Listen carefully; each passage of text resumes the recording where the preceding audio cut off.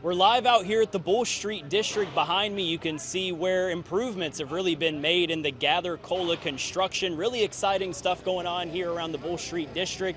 In the Gather-Kola community, if you've ever been to Atlanta, Greenville, or Philly, any of the food markets or food halls across the country, this is going to be a very similar setup and vibe. And they've already made some great improvements over the last month. If you've been driving around Bull Street since this summer, you've noticed where they've already added a second level. Some of the beams that have not recently been here have already started to get put up really quickly, and construction crews are still out there working hard and getting a lot of these things put together for us. And earlier today, the reason why we're out here is because of the beam signing. A lot of public officials around town were a part of this signing here. Mayor Rickaman was as well one of the officials that was here for this public signing. And this beam in particular is going to be one of the beams that eventually gets placed into Gather-Kola. And so around the Bull Street District, there's going to be a lot of different restaurants that are eventually going to get added in.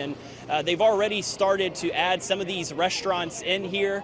Oops, excuse me, going to slide right through. We've already seen some of these restaurants that have already been added through. And so what the event is for today is that we have got some vendors who are eventually going to be within Gather-Kola that are going to be out here kind of given a sample, so to speak, or a glimpse at what you can expect once this place becomes fully operational. So we've got Spicy Voodoo. That's one of the food trucks here. Authentic New Orleans food, banquets, catering, much more. So if you want your Cajun fix or any type of New Orleans or Creole flair, looks like Spicy Voodoo is going to be the place for that. You can see where the line is already out. Looking at the menu, looks like they have a seafood platter. You can get some street shrimp burgers or even some sides featuring tacos, fried fish, French fries. Definitely looks like some really good food here at the New Orleans Food Banquet, the Spicy Voodoo food truck. So that's one of the food trucks and one of the vendors that we have out here. We also have Chili Caliente, which is to the left, this blue truck, and that's going to be any type of street taco, chipotle taco, quesadillas, nachos, burritos. They also have some agua fresca, so if you need a refresher on a hot day like today, looks like Chili Caliente will definitely take care of you.